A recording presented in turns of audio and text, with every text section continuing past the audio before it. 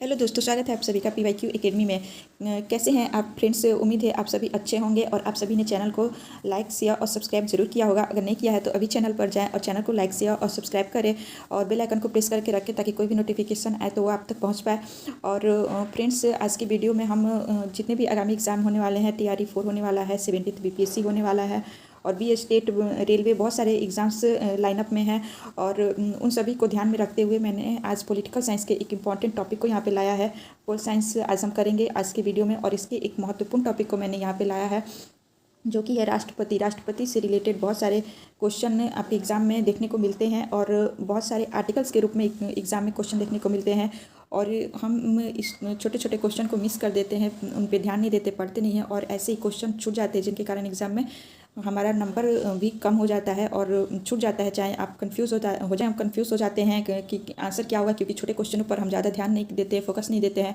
तो इसलिए छोटे छोटे पॉइंट्स को भी आप अच्छे से कवर करें ताकि एग्ज़ाम में कन्फ्यूज़न ना हो। और छोटे छोटे पॉइंट्स जो है ये आपके कट ऑफ में आने के लिए, आपके मार्क्स जो है बढ़ाने में काम करते हैं। तो इन सारे पॉइंट्स को, किसी भी पॉइंट्स को छोटा या बड़ा नहीं समझना है, हर एक टॉपिक को अच्छे से कवर करना है। और ये सारे पॉइंट्स जो है ये आपको NCERT बुक में देखने को मिल जाएंगे। तो आप NCERT बुक अगर पढ़ रहे हो तो उनमें आपको ये पॉइंट्स आप देख सकेंगे और नहीं पढ़ा है तो आप यहाँ पे सारे पॉइंट्स से पढ़ सकते हैं। और ये सारे जितने भी पॉइंट्स हैं ये सभी किसी न किसी एग्जाम में आए हुए हैं। ये सारे PYQ को पॉइंट्स हैं और ये सभी आपके जितने भी आगामी एग्जाम होने वाले हैं उन सभी के लिए हेल्पफुल होगा। तो देर नहीं करते हैं और वीडियो को स्टार्ट करते हैं। वीडियो को इन तक जरूर देखिएगा।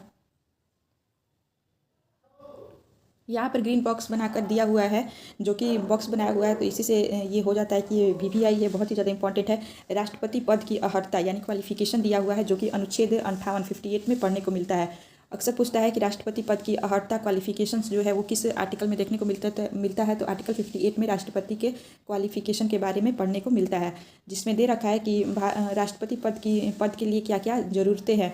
तो राष्ट्रपति पद प्राप्त करने के लिए भारत सबसे पहले वो व्यक्ति जो है राष्ट्रपति पद के लिए क्वालिफाई करेगा, उसको भारत का नागरिक होना चाहिए और न्यूनतम उसकी आयु जो है वो 35 वर्ष की आयु होनी चाहिए। लोकसभा का सदस्य निर्वाचित होने की योग्यता होनी चाहिए, उसमें लोकसभा का जो सदस्य है उसको उसमें निर्वाचित होने की योग्यता होनी चाहिए। किसी लाभ के पद पर यानी कि ऑफिस ऑफ प्रॉफिट पर ना हो, किसी भी लाभ के पद पर ना हो, वो व्यक्ति राष्ट्रपति पद की अर्हता के लिए योग्य हो सकता है।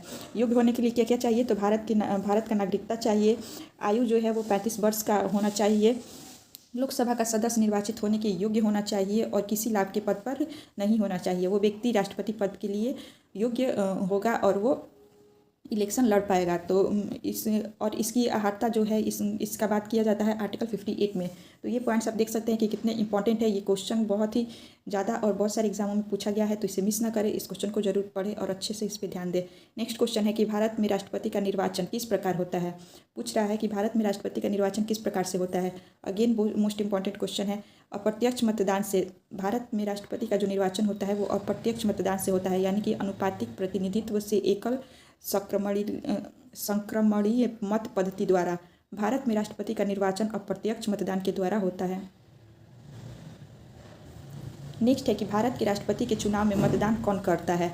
भारत में जो राष्ट्रपति का चुनाव होता है उसमें मतदान कौन करता है। तो इसका आंसर होगा कि राज्यसभा, लोकसभा और राज्यों और केंद्र शासित प्रदेशों की विधानसभाओं के निर्वाचित सदस्य यानी कि इलेक्टेड जो मेंबर्स होते हैं वो इसमें मतदान करते हैं। भारत के राष्ट्रपति के चुनाव में मतदान कौन करता है, ये आपका क्वेश्चन है। और ये क्वेश्चन बहुत सारे एग्जाम में देखने को मिला है, खासकर सीटेड में भी बहुत बार ये क्वेश्चन देखने को मिलता है, जो कि स्टेटमेंट वाइज क्वेश्चन आता है और उसमें स्टेटमेंट में पॉइंट्स में आपके ऑप्शन दिए होते हैं, उसमें भी ये क्वेश्चन बहुत बार देखने को मिला है। तो इसका आंसर हो जाएगा कि राज्यसभा, लोकसभा और राज्यों और केंद्र शासित प्रदेशों की विधानसभाओं के निर्वाचित सदस्य जो हैं वो राष्ट्रपति के चुनाव में मतदान करते हैं। नेक्स्ट पॉइंट में दे रखा है कि भारत के राष्ट्रपति उम्मीदवार के प्रस्ताव का अनुसमर्थन कम से कम कितने सदस्यों द्वारा किया जाना चाहिए। भारत के राष्ट्रपति उम्मीदवार के प्रस्ताव का अनुसमर्थन कम से कम कितने सदस्यों द्वारा किया जाना चाहिए। तो 50 निर्वाचकों द्वारा किया जाना चाहिए। अगेन यहाँ पे बॉक्स बनाया हुआ है और यहाँ पे कुछ इंपॉर्टेंट पॉइंट्स दिया हुआ है जो कि महत्वपूर्ण ही है। भारत में राष्ट्रपति का चुनाव एकल हस्तांतरणीय मत प्रणाली यानी कि सिंगल ट्रांसफरेबल वोट सिस्टम द्वारा किया जाता है। भारत में राष्ट्रपति का जो चुनाव होता है वो एकल हस्तांतरणीय मत प्रणाली के द्वारा किया जाता है। नेक्स्ट पॉइंट है कि राष्ट्रपति के निर्वाचन में किसी राज्य का मुख्यमंत्री किस स्थिति में मतदान करने के लिए पात्र नहीं होगा। राष्ट्रपति के निर्वाचन में किसी राज्य का मुख्यमंत्री किस स्थिति में मतदान करने के लिए पात्र नहीं होगा? तो यदि वह राज्य विधानमंडल में उच्च सदन का सदस्य हो, यदि वह राज्य विधानमंडल में उच्च सदन का सदस्य हो तब वह पात्र नहीं होगा मतदान करने के लिए। नेक्स्ट है कि कौन राष्ट्रपति के निर्वाचन मंडल का तो भाग है परंतु वह उसके महाभियोग में भाग नहीं लेता है? राज्यों की विधानसभाएं हैं जो राष्ट्रपति के निर्वाचन मंडल का भाग तो है परंतु वह उनके महाभियोग में भाग नहीं लेता है, राज्यों के विधानसभाएं।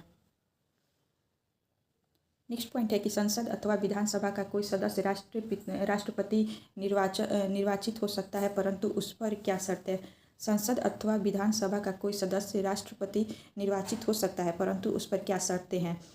तो निर्वाचित होने के उपरांत उसे अपनी सदस्यता छोड़नी होगी। निर्वाचित होने के बाद के उपरांत उसे अपनी सदस्यता छोड़नी होगी। नेक्स्ट है कि संसद के लिए राष्ट्रपति का अभिभाषण कौन तैयार करता है? तो संसद के लिए राष्ट्रपति का अभिभाषण केंद्रीय मंत्रिमंडल द्वारा तैयार किया जाता है।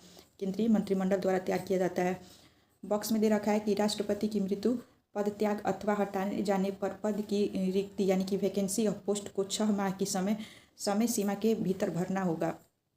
राष्ट्रपति की मृत्यु हो जाए या पद त्याग कर दे अथवा हटाए जाने पर पद की जो रिक्तियाँ है, वैकेंसी है, उसको 6 माह की समय सीमा के भीतर उसे भरना होता है। नेक्स्ट पॉइंट में है कि भारत के राष्ट्रपति चुनाव में उत्पन्न विवाद का निपटारा कौन करता है? तो चुनाव में उत्पन्न विवाद का निपटारा जो है सर्वोच्च न्यायालय द्वारा किया जाता है। भारत के राष्ट्रपति को उसके कार्यालय की समाप्ति से पूर्व किस प्रकार पद से हटाया जा सकता है? भारत के राष्ट्रपति को उसके कार्यालय की समाप्ति से पूर्व किस प्रकार पद से हटाया जा सकता है? तो महाभियोग के द्वारा हटाया जा सकता है। भारत के राष्ट्रपति को उसके पद से हटाने का अधिकार किसे प्राप्त है? तो संसद को प्राप्त है। राष्ट्रपति को उसके पद से हटाने का अधिकार संसद को प्राप्त है। कार्यपालिकीय शक्तियाँ किस अनुच्छेद के अंतर्गत राष्ट्रपति में निहित है? तो अनुच्छेद 53 के अंतर्गत संघ की कार्यपालिकीय शक्तियाँ निहित है। अनुच्छेद 61 के अंतर्गत राष्ट्रपति पर महाभियोग संसद के किस सदन द्वारा प्रारंभ किया जा सकता है? अनुच्छेद 61 में है कि राष्ट्रपति पर महाभियोग संसद के किस सदन द्वारा प्रारंभ किया जा सकता है? तो संसद के किसी भी सदन द्वारा इसे प्रारंभ किया जा सकता है। भारतीय संसद का कौन सा अनुच्छेद राष्ट्रपति पद के लिए पुनः निर्वाचित की पात्रता निर्धारित करता है? तो भारतीय संविधान का अनुच्छेद 57 राष्ट्रपति पद के लिए पुनः निर्वाचन की पात्रता निर्धारित करता है।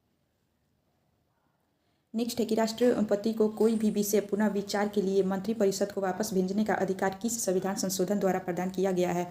तो 44वें संशोधन द्वारा राष्ट्रपति किसी भी विषय पर पुनः विचार के लिए मंत्रिपरिषद को वापस भेजने का अधिकार है संसद शोधन द्वारा प्रदान किया गया है। 44वें संशोधन द्वारा भारतीय संविधान के किस अनुच्छेद के अंतर्गत राष्ट्रपति संसद के दोनों सदनों द्वारा पारित किसी विधेयक पर अपनी स्वीकृति रोक सकते हैं? तो अनुच्छेद 111 के द्वारा राष्ट्रपति संसद के दोनों सदनों द्वारा पारित किसी विधेयक पर अपनी स्वीकृति रोक सकते हैं। नेक्स्ट है कि किस अनुच्छेद के अंतर्गत राष्ट्रपति कुछ आकस्मिकताओं में राज्यपाल के कार्यों के निर्वहन हेतु उपबंध कर सकता है? तो ये है अनुच्छेद 160 में। नेक्स्ट है कि किस अनुच्छेद के अंतर्गत राष्ट्रपति कुछ आकस्मिकताओं में राज्यपाल के कार्यों के निर्वहन हेतु उपबंधन कर सकता है? तो अनुच्छेद 160 में। नेक्स्ट है राष्ट्रपति से संबंधित महत्वपूर्ण अनुच्छेद। नीचे कुछ अनुच्छेद दिए गए हैं जो कि राष्ट्रपति से रिलेटेड है और ये सारे बहुत ही ज़्यादा इंपॉर्टेंट है। तो दे रखा है कि अनुच्छेद 52 जो कि भारत का राष्ट्रपति से संबंधित है। अनुच्छेद 52 में भारत के राष्ट्रपति के बारे में दिया गया है। अनुच्छेद 53 में संघ की कार्यपालिका शक्तियाँ हैं और अनुच्छेद 54 में राष्ट्रपति का निर्वाचन मंडल है। अनुच्छेद 55 राष्ट्रपति के निर्वाचन की रीति है। अनुच्छेद 56 राष्ट्रपति की पदावधि है। अनुच्छेद 57 पुनः निर्वाचन के लिए पात्रता है। अनुच्छेद 52 जो है ये भारत का राष्ट्रपति से संबंधित है। अनुच्छेद 53 संघ की कार्यपालिका शक्तियाँ हैं। अनुच्छेद 54 जो है राष्ट्रपति का निर्वाचन मंडल है। अनुच्छेद 55 में राष्ट्रपति के निर्वाचन की नीतियाँ हैं। अनुच्छेद 56 में राष्ट्रपति की पदावधि है। अनुच्छेद 57 में पुनः विचार के लिए पात्रता है। नेक्स्ट है कि अनुच्छेद 58 राष्ट्रपति निर्वाचन होने के लिए अहर्ताएँ हैं। अनुच्छेद 59 राष्ट्रपति पद के लिए शर्तें हैं। अनुच्छेद 60 में राष्ट्रपति द्वारा शपथ या प्रतिज्ञान है। अनुच्छेद 61 में राष्ट्रपति पर महाभियोग चलाने की प्रक्रिया है। अनुच्छेद 58 में राष्ट्रपति निर्वाचन होने के लिए अहर्ताएँ हैं। अनुच्छेद 59 में राष्ट्रपति पद के लिए शर्तें हैं। अनुच्छेद 60 में राष्ट्रपति द्वारा शपथ या प्रतिज्ञान है। अनुच्छेद 61 में राष्ट्रपति पर महाभियोग चलाने की प्रक्रिया है। नेक्स्ट आर्टिकल है आर्टिकल 62 राष्ट्रपति का पद रिक्त होने की स्थिति में उसे भरने के लिए निर्वाचन करने का समय और आकस्मिक रिक्ति को भरने के लिए निर्वाचन व्यक्ति की पदावधि है। अनुच्छेद जो 72 है ये संबंधित है क्षमा आदि की और कुछ मामलों में दंडादेश, निलंबन, परिहार या लघुकरण की राष्ट्रपति की शक्ति से। अनुच्छेद 62 में दिया गया है राष्ट्रपति का पद रिक्त होने की स्थिति में उसे भरने के लिए निर्वाचन करने का समय और आकस्मिक रिक्ति को भरने के लिए निर्वाचन व्यक्ति की पदावधि से रिलेटेड है। और अनुच्छेद जो है 72 है ये है क्षमा आदि की और कुछ मामलों में दंडादेश के निलंबन, परिहार या लघुकरण की राष्ट्रपति की शक्तियों से रिलेटेड है। और लास्ट जो आर्टिकल है ये है आर्टिकल 73 यानी कि 73 संघ की कार्यपालिका शक्ति का विस्तार। आर्टिकल 73 में है संघ की कार्यपालिका शक्ति का विस्तार। और यहाँ पे एक बॉक्स में दे रखा है कि राष्ट्रपति की मृत्यु दंड के मामले में क्षमादान करने की शक्ति प्राप्त है, किंतु राज्यपाल के पास यह शक्ति नहीं है। राष्ट्रपति को यह शक्ति दिया गया है कि मृत्यु दंड के मामले में क्षमादान करने की राष्ट्रपति को शक्ति प्राप्त है, किंतु राज्यपाल के पास यह शक्ति नहीं है। राष्ट्रपति को मृत्युदंड के मामले में क्षमादान करने की शक्ति प्राप्त है, किंतु राज्यपाल के पास यह शक्ति नहीं है। तो फ्रेंड्स, इस प्रकार से आज की वीडियो में हमने मोस्ट इंपॉर्टेंट टॉपिक जो है प्रेसिडेंट से रिलेटेड जितने भी इंपॉर्टेंट पॉइंट्स है यहाँ पे हमने कवर किए। पॉलिटिकल साइंस में ये सारे पॉइंट्स आर्टिकल के रूप में, प्रेसिडेंट के जितने भी पॉइंट्स है ये आर्टिकल के रूप में या स्टेटमेंट वाइज देकर आपके एग्जाम में ये सारे क्वेश्चन देखने को मिलते हैं। और आप देख सकते हैं कि ये जो आज का नोट्स था ये NCERT सार संग्रह का है। जो NCERT का बुक है ये बहुत ही ज़्यादा इंपॉर्टेंट होता है, तो आप NCERT क्लास 6 to 12 जरूर पढ़ें। और अगर आपके पास टाइम नहीं है पढ़ने के लिए तो इसके ऑनलाइनर को मैं PYQ एकेडमी चैनल पर मैं करा रही हूँ टॉपिक वाइज, तो उसे आप जरूर पढ़ें और मिस ना करें, क्योंकि NCERT सार बहुत ही ज़्यादा इंपॉर्टेंट है आप सभी के आगामी एग्जाम्स के लिए। तो आज की वीडियो में यहीं पर एंड करती हूँ और उम्मीद है आप सभी को वीडियो पसंद आया होगा। तो चैनल को लाइक शेयर और सब्सक्राइब कीजिएगा और कमेंट करना ना भूलिएगा। मिलते हैं नेक्स्ट वीडियो में नेक्स्ट टॉपिक के साथ। Thank you.